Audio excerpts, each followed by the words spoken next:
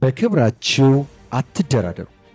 ስንቶቻችንን ማታ ልንተኛ ስንል የውሏችንን ሐሳብ እያሰላሰልን በራሳችን የምናዝነው?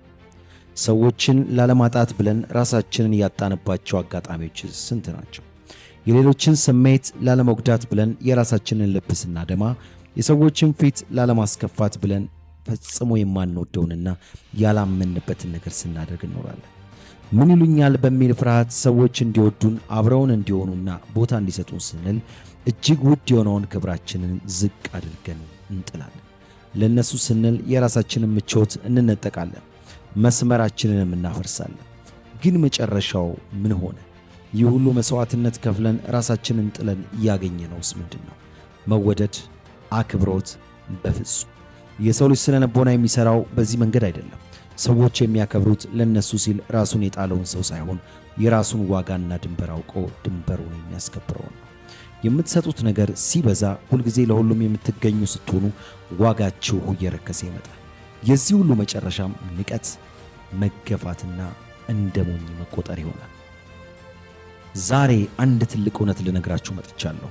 ማንም ሰው የትኛውን ቦታ ላይ ቢሆን ምንም አይነት ጥቅም ቢኖረው እናንተን ዝቅ እንዲያደርጋችሁ በፍጹም አትፍቀዱ። ክብራችሁ ከማንምና ከምንም በላይ ነው። ዛሬ የምንነጋገረው ጥልቅ የሥነ ልቦና ሕጎች የጠፋባችሁን ማንነት እንደገና የምትገነቡባቸው፣ የሰዎች መጫወቻ ከመሆን የምትወጡባቸውና በክብሬ አልደራደርም ብላችሁ በድፍረት የምትቆሙባቸው ናቸው። ትኩረታችሁን ሰብሰብ አድርጋችሁ አድምጡኝ። ይህን ሁሉ ሐሳብ ሳጋራ ነገሮችን ወደ ተግባር መቀየር በአንድ ጀንባር የሚሆን ቀላል ነገር አይደለም። የሰዎችን ጫና መቋቋም፣ የጠፋውን የራስ ክብር መልሶ መገንባት፣ ከውስጣዊ ስብራት ማገገም አንዳንዴ ብቻን ለማድረግ እጅግ ከባድ ሊሆን ይችላል። የሰዎችን ንቀት፣ መገፋትና የተበላሸ ግንኙነት የውስጥ ሰላማችሁን ከነሳችሁ ማንም አይረዳኝም ብላችሁ በዝምታና በብቸኝነት አትሰቃዩ። ማውራት፣ ስሜትን መግለጽ፣ የባለሙያ እገዛ ማግኘት የድክመት ምልክት ሳይሆን ትልቁ የጥንካሬ ምልክት ነው። ማንኛውንም የሥነ ልቦና ጫና ለማቃለል፣ ራሳችሁን መልሳችሁ ለማግኘትና ፕሮፌሽናል የሆነ የማማከር ወይም የካውንስሊንግ አገልግሎት ለማግኘት በማንኛውም ጊዜ በ0966 91 9623 ላይ መደወል፣ በቴሌግራም ፔጅ ማስቀመጥ ትችላላችሁ። ብቻችሁን አይደላችሁ። እኛ ልንሰማችሁ፣ ሐሳባችሁንም ልንካፈል፣ ከጎናችሁ ልንቆም ሁል ጊዜ ዝግጁ ነን። አንደኛ፣ የሰዎችን ይሁንታ መፈለግ አቁሙ። አብዛኞቻችን ሳናውቀው የተተበተበብን ትልቁ የሥነ ልቦና ወጥመድ ሰዎች ምን ይሉኛል የሚለው ፍርሃት ነው። የሕይወታችንን መሪነት፣ የደስታችንን ቁልፍ ለሌሎች ሰዎች አሳልፈን ሰጥተናል። ሰዎች ካጨበጨቡልንና ካሞጋገሱን ዋጋ እንዳለን ይሰማናል። ካልወደዱንና ካልተቀበሉን ወይም ከተቹን ደግሞ ሙሉ ማንነታችን የፈረሰ ያህል እንሰቃያለን። ግን ልብ በሉ፣ የሌሎችን ጭብጨባ የሚጠብቅ ሰው ሁልጊዜም የእነሱ ምርኮኛ ነው። ታላቁ ፈላስፋ ላውቱዙ እንዲህ ይላል፣ በሰዎች አስተያየት ላይ ከተመረኮዝክ የእነሱ እስረኛ ትሆናለህ። የእናንተ እውነተኛ ዋጋ የሚለካው ሰዎች በሚሰጧችሁ አስተያየት ሳይሆን እናንተ ለራሳችሁ ባላችሁ ክብር ነው። የእነሱን እውነት የሚያውቅ ሰው ማንም ሰው እንዲያጸድቅለት አይጠብቅም። ከዛሬ ጀምሮ የራሳችሁን ሕይወት ነው። የሰዎችን ማረጋገጫ ወይም ቫሊዴሽን መለመን ስታቆሙ እውነተኛውን ክብራችሁን ትቀዳጃላችሁ። ሁለተኛ፣ አይሆንም የማለት ታላቅ ኃይል። አይሆንም ማለት ትልቁ ኃይላችሁ መሆናችሁን እወቁ። ሰዎችን ላለማስቀየም ብላችሁ ሁልጊዜ ለሁሉም ነገር እሺ የምትሉ ከሆነ ሳታውቁት እያስተላለፋችሁ ያላችሁት መልእክት አለ። እሱም የኔ ጊዜ፣ የኔ ስሜት፣ የኔ ፍላጎት ከእናንተ ያነሰ ነው፣ የኔ ጉዳይ ሊቀርም ይችላል እያላችሁ ለሰዎች ሁልጊዜ እሺ ማለት ለራሳችሁ ሁልጊዜ አይሆንም እያላችሁ እንደሆነ አትዘናጉ። ላላመናችሁበት፣ ለማይመቻችሁ፣ ክብራችሁንም ለሚነካ ማንኛውም ጥያቄ፣ ድርጊት አይሆንም፣ አልችልም፣ አልፈልግም ማለትን ተለማመዱ። መጀመሪያ ላይ ሰዎች ሊከፉ፣ ሊያኮርፉ ወይም ሊነቅፏችሁ ይችላሉ። ምክንያቱም እናንተን እንደፈለጉ ማዘዝ፣ መጠቀምና እናንተ ላይ መጫወት ትተዋል ማለት ነው። ነገር ግን ውሎ አድሮ እምቢ ማለት የሚችልን ሰው፣ የራሱ አቋም ያለውን ሰው ሁሉም ሰው ያከብራሉ። ክብራችሁን የምታስመልሱት በማስደሰት ሳይሆን በአቋማችሁ በመጽናት ነው። ሶስተኛ፣ የራሳችሁን ድንበር አሳምራችሁ ወቁ። የራሳችሁን ድንበር አሳምራችሁ ወቁ። እስቲ አስቡት፣ አጥርና በር የሌለው ቤት የፈለገው ሰው ሲፈልግ የሚገባበት ሲፈልግ ደግሞ የሚወጣበት ቆሻሻውንም የሚጥልበት ነው። ሕይወታችሁም ስሜታችሁም እንደዚሁ ነው። ሰዎች እናንተን እንዴት መያዝ እንዳለባቸው የሚያስተምራቸው ሌላ ማንም ሳይሆን ራሳችሁ ያበጃችሁት ድንበር ነው። ምንም አይነት ቀልድ ተቀብላችሁ ምንም አይነት ቃላት ያስቀይማችኋል። እናንተን የሚያስቀይማችሁ ቀልድ የትኛው ነው? እናንተን የሚያበሳጫችሁ ቃል ምንድን ነው? የእናንተ መስመር የተሰመረው የቱ ጋ ነው? ይህንን በግልጽ አሳዩ። አንድ ሰው ድንበራችሁን ሲጥስ በመሳቅ ወይም በዝምታ አታሳልፉት። ቁጣና ጩኸት ሳያስፈልግ በተረጋጋና ጥብቅ ባለ መንፈስ ስህተታቸውን ንገሯቸው፣ እንዳይደገም ማስጠንቅቁ። ራሱን የሚያስከብር ሰው የግል መስመሩን በፍጹም አያስደፍርም። አራተኛ፣ ከማይመጥናችሁ ሰዎች ራቁ። ከማይመጥናችሁ ከማያከብሯችሁ ሰዎች ርቃችሁ ሂዱ። አንዳንድ ሰዎች ወደ ሕይወታችሁ የሚገቡት ብርሃናችሁን ሊያጠፉ፣ ጉልበታችሁን ሊመጡ፣ የራሳቸውን የውስጥ ችግር ውስብስብነት በእናንተ ላይ ሊያራግፉ ነው። ታዲያ ክብራችሁን ከማይጠብቁ ሁልጊዜ ዝቅ ከሚያደርጋችሁና ስሜታችሁን ከማይረዷችሁ ሰዎች ጋር ስለምን አብራችሁ ትቆያላችሁ? ብዙ ጊዜ ብዙ ዓመት አብረን አሳልፈናል በሚል ስሜት ወይም ደግሞ አንድ ቀን ይለወጣሉ በሚል የውሸት ተስፋ ራሳችንን እናታልላለን። ነገር ግን ከንቀትና ከመገፋት ጋር አብሮ ከመኖር በብቸኝነት መቆም 1000 ጊዜ ይሻላል። ራሱን የሚያከብር ሰው መቼ ጠረጴዛውን ትቶ መነሳት እንዳለበት ጠንቅቆ ያውቃል። ስትሄዱ አትከራከሩ። ለምን እንደሄዳችሁ ምክንያት አትስጡ። ዝምታችሁና ከነሱ መራቃችሁ በራሱ ከምንም በላይ የሚጮህ ትልቅ መልስ አለው። አምስተኛ፣ ማንም ሰው ከእናንተ በላይ አይደለም። ማንም ሰው ከእናንተ በላይ አለመሆኑን እመኑ። የሰው ልጅ ከሌላው የሰው ልጅ የሚያስበልጠው ምንም አይነት ምድራዊ ነገር የለም። ገንዘብ፣ ስልጣን፣ ታዋቂነት ወይም ውጫዊ ውበት፣ እነዚህ ሁሉ ጊዜያዊና አላፊ ነገሮች ናቸው። ከነዚህ ነገሮች አንዱ ከእናንተ የተሻለ ስለሆነ ብቻ ማንም ሰው ከእናንተ በላይ አድርጋችሁ አትመልከቱ። ራሳችሁንም በማንኛውም መንገድ ዝቅ አታድርጉ። ሰዎችን ሁሉ በእኩልነት አክብሩ፣ ነገር ግን በማንም ሰው ፊት አትሸማቀቁ።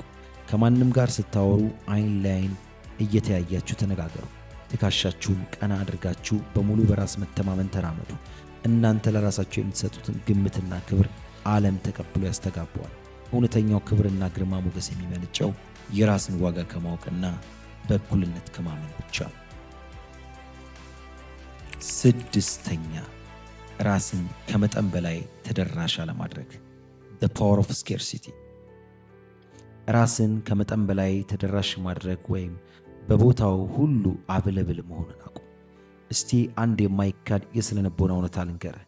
የሰው ልጅ ተፈጥሮ ሁሌም በቅርበት የሚያገኘውን ሞልቶ የተረፈውን ነገር ዋጋ የማሳነስና አቅልሎ የማየት ዝንባሌ ያለው።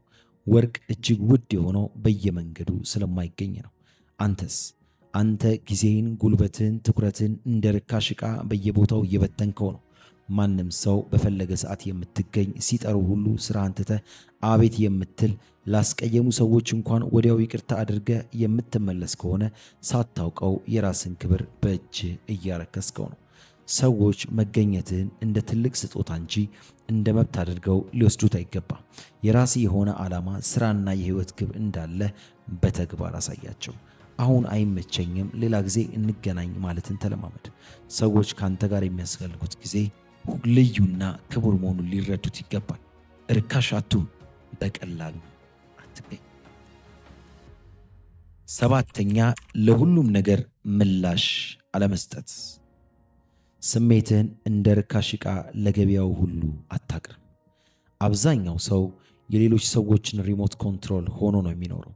ሰዎች ሊያበሳጩ፣ ሊነቅፉ ወይም ሊፈትኑ በሚሞክሩበት ጊዜ የምትሰጠው ፈጣንና ስሜታዊ ምላሽ እነሱ ለሚፈልጉት ጨዋታና መሳሪያ እንደመሆን ይቆጠራል። አንድ ሰው በአንተ ላይ ክፉ ቃል ሲወረውር ብትጮህ፣ ብትበሳጭ ወይም መልሰ ብትሳደብ አሸናፊው እሱ ነው። ምክንያቱም አንተን ከቦታው ማንቀሳቀስና ስሜትን መቆጣጠር እንደሚችል አረጋግጦለታል። ጠንካራ ስብዕና ያለው ሰው ግን በሰዎች ድርጊት አይመራም። ዝምታንና ቀዝቃዛ ምላሽን የጦር መሳሪያ አድርገው። ሮማዊ ፈላስፋ ንጉሥ ማርከስ ኦሪለስ በአእምሮ ላይ እንጂ በውጫዊ ክስተቶች ላይ ስልጣን የለህ፣ ይህን ስትገነዘብ እውነተኛ ጥንካሬን ታገኛለህ እንዳለው ትልቁ ኃይል የሚገኘው ምላሽ ላለመስጠት በምትወስነው ውሳኔ ውስጥ ነው። አንተን ለማናደድ የመጣን ሰው ምንም እንዳልተፈጠረ ቆጥረህ አይን አይኑን እያየኸው በዝምታ ስታልፈው ከምንም በላይ ታሳንሰዋል። ስምንተኛ ራስን ማብራራትና ማስረዳት አቁም። ስቶፕ ኦቨር ኤክስፕሌኒንግ። ራስህን ማብራራትና ማስረዳት አቁም። ውሳኔዎች፣ እምነቶችና የግል ድንበሮች የሌሎችን ማረጋገጫ ወይም ቫሊዴሽን አይፈልጉም። አብዛኛውን ጊዜ አንድን ነገር ለማድረግም ሆነ ላለማድረግ ስንወስን ሰዎች እንዳይቀየሙን ብለን ማለቂያ የሌለው ማብራሪያ እንሰጣለን። እንደዚህ ሆኜ ነው፣ ይህ ገጥሞኝ ነው እያልን ራሳችንንም እናስረዳለን። ግን አንድ ነገር እወቅ፣ አይሆንም ወይም አልፈልግም የሚሉት ቃል በራሳቸው ሙሉ አረፍተ ነገር ናቸው። ራስን ለማስረዳት በሞከርክ ቁጥር ሰዎች በውሳኔ ላይ ጥያቄ እንዲያስነሱና አንተንም ለማሳመን ለመቆጣጠር እንዲሞክሩ በር እየከፈትክላቸው ነው። ትክክል መሆንህን የምታውቀው አንተ ራስህ ከሆንክ ሌሎች ሰዎች እንዲቀበሉ ብለህ ራስን ዝቅ አታድርግ።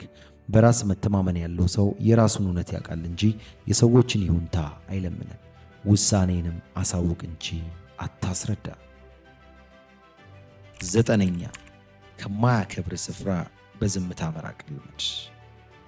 ክብርህን፣ ማንነትህንና ዋጋ በማይገባበት ስፍራ ተቀምጠህ የሰዎችን ፍቅርና ትኩረት አትለምን። አንድ ሰው ወይም አንድ ስብስብ ከአንተ ይልቅ ለሌላ ነገር ቅድሚያ እንዲሰጥ፣ ንግግርህን እንዲያቋርጥና እንደማያከብርህ ወይም ዋጋ እንደማይሰጥ ከተረዳ ተከራክረ ቦታህን ለማስመለስ አትሞክር። ለምን እንዲህ ታደርጉኛላችሁ ብለህም አትጠይቅ። ትልቁና ጠንካራው እርምጃ ማንም ሳያውቅ ያለ ምንም ጩኸት፣ ያለ ምንም የጽሑፍ መልእክት ወይም ቴክስት ወይም ንትርክ ራስን አግልል። ከማያከብሩ ሰዎች ጋር ተቀምጠ ራስን ከምታሳንስና የልመና ፍቅርን ከምትጠብቅ በብቸኝነት ውስጥ የራስን ሰላም መገንባት 100 እጥፍ ይሻላል። መራቅህ ለራስ ያለህ ጥልቅ ክብርን ያሳያል። ጠረጴዛ ላይ ክብር ከሌለ ጠረጴዛውን ትተህ ለመነሳትም አትፍራ። 10ኛ ሰዎችን በተሳሳተ መንገድ ቢረዱህም አትጨነቅ። ሌት ዘም አንደርስታንድ ዩ። በዚህ ምድር ላይ የሁሉንም ሰው አመለካከት መቆጣጠር አትችልም። አንዳንድ ሰዎች አንተን ምንም ያህል ቅን ብትሆን፣ ጥሩ ነገር ብታደርግ፣ በእነሱ የህይወት መነጽር ውስጥ ስለ አንተ የተፈጠሩት የራሳቸው የሆነ የተሳሳተ ምስል አላቸው። በእነሱ አእምሮ ውስጥ በተጻፈው ታሪክ ውስጥ አንተ መጥፎ ሰው ከሆንክ እሺ በላቸው። እውነተኛ ማንነትህንና ንጹሕ ልብህን ለተሳሳተና ላደፈ አእምሮ ለማስረዳት ጊዜን አታጥፋ። የሰዎችን የተሳሳተ አመለካከት ያንተ እውነት አይደለም። ጠንካራ ሰዎች ሌሎች ምን አሉኝ፣ እንዴት አዩኝ ከሚለው ይልቅ ከህሊናቸው ጋር ያላቸውን ሰላም ያስቀድማል። ስለ አንተ የፈለጉትን ቢያስቡ፣ የፈለጉትን ቢያወሩ የአንተን ዋጋ በአንድ ስንዝር ሊቀንሱት አይችሉም። እውነታው ውሎ አድሮ የራሱን መንገድ ያገኛል። እስከዚያ ድረስ ግን አንገትህን ቀና አድርገህ በራስ መንገድ በኩራትና በዝምታ ተጓዝ። 11ኛ ትኩረትህን ሙሉ በሙሉ ወደ ራስህ ህይወት ግንባታ መልስ። The ultimate self investment። ሰዎች አላከበሩኝም፣ አልወደዱኝም ወይም ትኩረት አልሰጡኝም ብለህ የምታባክነው ውድ ጉልበትና ስሜት ሙሉ በሙሉ ወደ ራስህ ህይወት ግንባታ መልስ። በህይወት ውስጥ ስለምትሰራው የምትኖርበት ትልቁ ስህተት የሌሎችን ትኩረትና ፍቅር ለመሳብ ብለህ ራስን ማጥፋት ነው። ለነሱ ማህበራዊ ውዴታ ከምትጨነቅ ለአእምሮ እውቀት ማዳበር፣ ለሰውነት ጤና፣ ለሙያና ለወደፊት ህይወት ስኬት ትልቅ ኢንቨስትመንት አድርግ። እስቲ አስበው፣ አንተ በራስ ላይ ሰርተ አእምሮን አሳድገ ከፍ ወዳለ የህይወት ደረጃና ስኬት ላይ ስትደርስ ትናንት የናቁ ያገለሉና ቦታ ያልሰጡ ሰዎች ዛሬ ምን ያደርጋሉ? ዛሬ አንገታቸውን ቀና አድርገው አንተን ለማየት ይገደዳሉ። በሰው ክብር መለመን ዛሬውኑ አቁም። መጀመሪያውኑ አንተ ለራስህ ክብር ስጠው። ራስን ስታከብር፣ ጊዜን ስትቆጥምና በስራ ስትገነባ ዓለም አንተን ከማክበር ውጪ ሌላ አማራጭ አይኖራት። 12ኛ የሌሎችን መቀበል ወይም ቫሊዴሽን መፈለግ በፍጹም አቁም። የሌሎችን ይሁንታ መቀበል መፈለግ ከህይወት ፍጹም አቁም። አብዛኞቻችን ህይወታችንን የምንኖረው ሌሎች አሪፍ ነው እንዲሉን፣ እንዲያጨበጭቡልንና እንዲቀበሉ በማሰብ ብቻ ነው። ይህ ማለት ግን የራስን ህይወት መሪነት ሬንጅ ለሌሎች ሰዎች እጅ አሳልፈ እንደ መስጠት ነው። ማንም ሰው አንተን ወዶ አሞጋግሶ ወይም ተቀብሎ የመኖር ግዴታው አይደለም። አንተም ራስን ስትወድና የራስን እውነተኛ ዋጋ ሲገባ ሌሎችን የውሸት ማረጋገጫ ፈጽሞ አትፈልግም። የራስ ዳኛ፣ የህይወት ብቸኛው መሪ አንተው ራስህ ትሆናለህ። የውጭ ማረጋገጫ የሚፈልግ ሰው ሁልጊዜም የእነሱ እስረኛ ነው የሚሆነው። አንተ ግን ከዚህ ሰንሰለት ዛሬ ነፃ መውጣት አለብህ። 13ኛው ውስጣዊ ሰላምህን ከማንምና ከምንም በላይ አስቀድም። በዙሪያ ያሉ ሰዎች ሊያናድዱ፣ ሊያስቆጡ፣ ሊፈትኑ፣ የሕይወትን እረፍት ሊነሱ የተለያዩ የውሸት መንገዶችን ይሞክራሉ። ነገር ግን ሁሉም ከሁሉ በላይ ውድና ቅዱስ የማይደራደርበት ነገር የውስጥ ሰላም። አንድ አላስፈላጊ ውዝግብ፣ አንድ ከንቱ የሰዎች ወሬ ወይም አንድ ንጹሕ ያልሆነ ሰላምን ሊነጥቅ ፈጽሞ መፍቀድ የለብህ። ሰዎች ሲያወሩ፣ ሲከራከሩ፣ ሲጣሉ ወይም በድንቁርናቸው ሲቀጥሉ አንተ ከዛ ሁሉ የከረረ ጫጫታ በላይ ከፍ ብለህ የራስን አእምሮ ሰላም በጽናት ጠብቅ። የሰላም ባለቤት የሆነ ሰው ከማንም በላይ ኃይለኛና የተረጋጋ፣ ማንም ሊሰብረው የሚችለውን የማይበገርና አሸናፊ ሰው ይሆናል። 14ኛ ያለፈውን ስህተት እንደ ጥንካሬ ማስተማሪያ ተጠቀምበት። ያለፈውን ስህተትን ወይም ውድቀትን እንደ ጥንካሬ ማስተማሪያ ተጠቀምበት እንጂ ራስን የምትቀጣበት የዕድሜ ልክ ወጥመድ አታድርገው። ሁሉም ሰው በዚህ ምድር ላይ በሕይወቱ ስህተት ይሠራል። ውድ ዋጋ የከፈለባቸው የተሳሳቱ ውሳኔዎችም ይኖሩታል። ነገር ግን ትናንት ባጠፋው ጥፋት ዛሬ መክሰስ የዛሬን ክብር እንደማሳነስ ይቆጠራል። ያለፈው ታሪክህ አንተን ለዘላለም የሚገልጽ አይደለም። ከዛ ጨለማ ታሪክ ወጥተህ ዛሬ ምን እየሰራ እንዳለ፣ አሁን የት እየቆመ እንደሆነ ዋጋው ያለው በእጅ ነው። ስህተትህን በድፍረት አምነህ ተማርበት። ከዚያም ያለፈውን ቆሻሻ ትተህ በኩራትና በድል በጽናት ወደፊት ብቻ ተራመድ። 15ኛ የሕይወት ታሪክህን በራስ እጅ ጻፈው። ሰዎች ስላንተ ምን እንደሚሉ፣ ምን አይነት ክፉ ስም እንደሰጡ ወይም እንዴት አድርገው በባዶ ወሬ እንደሚተረጉሙ ሙሉ በሙሉ መቆጣጠር አትችልም። ነገር ግን የእነሱን ክፍተት ታሪክ ማብቂያ አንተ መሆን የለብህም። አንተ የሕይወትህ ብቸኛ ዋና ጸሐፊ ነህ። የራስን ስኬት፣ የራስን እሴት፣ የራስን ሞራልና የራስን ክብር በራስ የጽናት እጅ ጻፈው። ሰዎች ውሎ አድረው የሚያዩትና የሚያነቡት አንተ በገነባው እውነተኛ ታሪክ ውስጥ ያለውን ሐቅ እንጂ የእነሱን የፈጠራ የቅናት ወሬ አይደለም። 16ኛ እውነተኛ ክብር የሚመነጨው ከውስጥ ነው። እውነተኛ ክብር የሚገኘው ከውጭ በሚሰጥ የውሸት ውዳሴ ወይም በሰዎች ጭብጨባ ሳይሆን ከውስጥ በሚመነጭ የማይናወጥ የራስ መተማመንና የሞራል ልዕልና ነው። ማንም ሰው ሊሰጥህ ወይም እንዲያደርግልህ ካልፈቀድክለት በስተቀር ሊወስድብህ የማይችለውን የማይናወጥ ክብር፣ እርሱም ለራሴ ያለውን ንጹሕ ፍቅርና እውነት ጽኑ አቋም ብቻ ነው። 17ኛውን እኔ የሰዎችን ፍቅርና ትኩረት አትለምን። በሕይወት ውስጥ ማንም ሰው እንዲወድህ፣ እንዲያስብልህ፣ ትኩረት እንዲሰጥህ በፍጹም አትለምን። የሰው ልጅ ፍቅርና ትኩረት የሚገኘው በልመና ሳይሆን በራስ ዋጋና በውስጣዊ ስብዕና ነው። እባክህ አውራኝ፣ ለምን ችላ አልከኝ፣ ለምን አትደውልልኝም እያልክ የሰዎችን በር ስታንኳኳ በራእይና በክብር ላይ ትልቅ ጥላሸት እየቀባ ነው። ፍቅርህንና ትኩረትህን ለመለመን ስትሞክር ሰዎች የበለጠ እየራቁ ይሄዳል። ምክንያቱም ድክመትህ ስለሚታያቸው ነው። አንተ ራስህ ለራስህ ዋጋ ስትሰጥ፣ ማንነትህ ሲያምርና የራስህ ዓላማ ሲኖር ሰዎች ያለ ልመና ራሳቸው መጥተው ትኩረት ይሰጡሃል። የፍቅርና የትኩረት ልመናውን ዛሬውኑ አቁም። ዋጋህን የሚረዳ ሰው ያለ ልመና አጠገብህ ይቆማል። 18ኛ የውስጥህን ድምፅ ብቻ ስማ። ትረስት ዩር ኢነር ቮይስ። የውጭውን ዓለም ጫጫታና የሰዎችን አላስፈላጊ አስተያየት ተውና የውስጥህን እውነተኛ ድምፅ ብቻ ስማ። በሕይወት ጎዳና ላይ ብዙ አማካሪዎች፣ ብዙ ነቃፊዎችና በብዙ አቅጣጫ የሚጠሉ ሰዎች ሊኖሩ ይችላሉ። ሁሉም ሰው የራሱ ፍላጎት፣ የባዶነት ስሜት በአንተ ላይ ለመጫን ይሞክራል። ነገር ግን የት መሄድ እንዳለብህ፣ ምን መስራት እንዳለብህና ሕይወትህ ወዴት ማምራት እንዳለበት ከውስጥህ የሚያውቅ ብቸኛው አካል አንተው ራስህ ብቻ ነህ። የሌሎችን ሰዎች ድምፅ ከፍ አድርገህ ስትሰማ የራስን ውስጣዊ ጥበብና ሕሊና ዝም ይላል። ቆም ብለህ አእምሮህን አረጋጋ። የውስጥህን ድምፅ የሚነግርህን እውነት ብቻ አዳምጥ። ትክክለኛ ውሳኔ ሁልጊዜ የሚመነጨው ከውጭ ሳይሆን ከውስጥ ጥልቅ።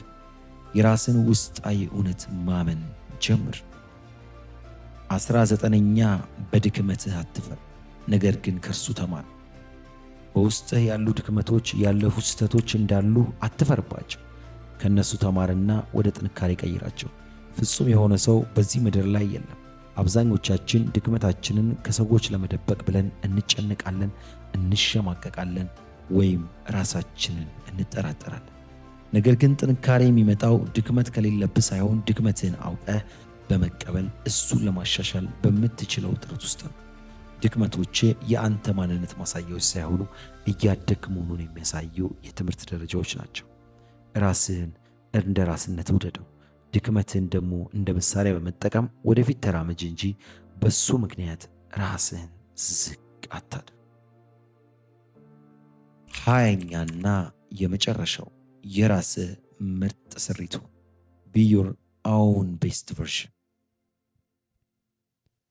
ከማንም ጋር ራስን አታወዳደር። የራስን ብቸኛና ምርጥ ስሪቱ ዓለም ሁልጊዜ ከሌሎች ሰዎች ጋር እንድትወዳደርና እንደነሱ እንድትሆን የነሱ መዘኛ እንድትከተል ግፊት ታደርግባለች። ነገር ግን አንተ የተፈጠርከው ሌሎችን ለመኮረጅ ሳይሆን የራስህን ልዩ አሻራ በዚህ ምድር ላይ ለማኖር ነው። ትናንት ከነበረው ሰው ጋር ብቻ ራስን አወዳደር። ዛሬ ከትናንቱ የተሻለ የበለጠ አዋቂ፣ ጠንካራ ሰው ለመሆን ጥርጣሬን አስወግደ ትጋ። የራስን እውነተኛ አቋም አውጥተህ ስትኖር ማንም ሰው ሊያንበረክከው የማይችለውን ግርማዊ ሞገስና ክብር ይኖራል። አሁን እስቲ ሁሉንም ያየናቸውን ጥልቅ የሥነ ልቦና ሕጎች በአንዳንድ እንሰብስብ። በሕይወት ውስጥ ማለቂያ የሌላቸው ውጣ ውረዶችን አልፏል። ብዙዎችን ለማስደሰት ሞክረሃል። የሌሎችን ስሜት ቅድሚያ ሰጥተህ የራስን ልብ አድምተሃል። ግን ዛሬ በዚች ቅጽበት አንድ የማይናወጥና ታላቅ እውነት በውል ሊገባህ ይገባል። የሰው ልጅ የተፈጠረው የሌሎችን ንቀት ለመቀበል፣ የሰዎችን ፍቅር ለመለመንና እንደ ርካሽ ዕቃ በጉልበት ለመረገጥ አይደለም። እስቲ ቆም ብለህ አስብበት። ማንም ሰው ካልፈቀደልህ አንተ ለራስህ ከሰጠው ቦታ ውጪ ዝቅ ሊያደርግ ከቶ አይችልም። ሰዎች አንተን የሚመዝኑት እና የሚያከብሩት አንተ ለራስህ ላይ ባለ ግምት ብቻ ነው። ዛሬ የምትወስነው ውሳኔ የሕይወትን አቅጣጫ ለዘላለም ይቀይረዋል። ከዛሬ ጀምሮ የሰዎችን ይሁንታ መለመን ታቆማለህ። ጊዜንና ጉልበትን እንደ ርካሽ ዕቃ በየቦታው መበታተንን ትተዋለህ። ድንበር የሌለው ሕይወትን በውብና በጥብቅ መስመር ታስራለህ። ማንኛውም ሰው መጥቶ የውስጥ ሰላምን ሊነጥቅ፣ ስሜትን ሊቆጣጠር ወይም ባዶ ወሬ ሊያጥላላብህ ሲሞክር ፈገግ ብለህ በዝምታ ታልፈዋለህ። ምክንያቱም ትልቁ በቀል ዝምታና ትልቁ ኃይል ደግሞ የማይናወጥ የራስ መተማመን መሆኑን ተረድተሃል። ከማያከብርህ ስፍራ ያለ ጩኸትና ያለ ንትርክ በኩራት ተነስተህ ትሄዳለህ። መላ ሕይወትን፣ ትኩረትን ሙሉ በሙሉ ወደ ራስህ የእድገትና የጥበብ የስኬት ግንባታ ታዞራለህ። ያለፈውን ታሪክህን፣ ስህተቶችን፣ የከፈልካቸውን ዋጋዎች አንተን የሚያዋርዱ ሳይሆኑ ዛሬ እንዲጠንካራና አሸናፊ ሆነ እንድትቆም ያደረጉን ውድ ትምህርቶች ናቸው። የዚህን መጽሐፍ በሌሎች እጅ ማጻፍ አቁመሃል። የራስን ታሪክ በጽናትና በድል እጅ መጻፍ ጀምረሃል። ከማንም በላይ ራስን ውደድ። እውነተኛው ክብር የሚመነጨው ከውጭ ሳይሆን ከውስጥ ባለው ጥልቅ ስሜት ነው። ከዛሬ ጀምሮ ለዓለም የምታስተላልፈው ብቸኛና የማትነካካው መልእክት ይህ ብቻ ይሁን። በክብሬ በጭራሽ አልደራደርም። ይህንን በኮሜንት ሴክሽንም ላይ ጭምር ጻፍልኝ። ይህን ውብና ጥልቅ ጉዞ ብቻህን ማድረግ ከብዶ ከሆነ፣ የውስጥ ሰላም ተነክቶ ከሆነ፣ ወይም የሰዎች ጫና ከፍ ብሎብህ ከሆነ ማስታወስ ያለብህ አንድ ብቸኛ ነገር አለ። ብቻህን አይደለም። ፕሮፌሽናል የሆነ የማማከርና የድጋፍ የካውንስሊንግ አገልግሎት ለማግኘት በማንኛውም ጊዜ በ0966 919623 ላይ በመደወል አጋራችን መሆን ትችላለህ። እኛም ሁልጊዜ ልንሰማ፣ ልናግዝ፣ ከጎን ልንቆም ዝግጁ ነን። ይህ ቪዲዮ ልብህን ነክቶት ከሆነ ላይክ በማድረግ ለወላጅ ዘመድ በሰፊው ለማጋራት ደግሞ ሼር እና የቻናሉ ቤተሰብ ለመሆን ሰብስክራይብ በማድረግ የራስን አሻራ ኑር። በቀጣይም በሌላ ጥልቅ የህይወት ቀያሪ ሀሳብ እስከምንገናኝ ሰላምና የውስጥ ደስታ ለሁላችን ይሁን። ይህ የእናንተ ምርጥ ቤተሰብ ኢንስፓየር ጄኔሬሽን ነው።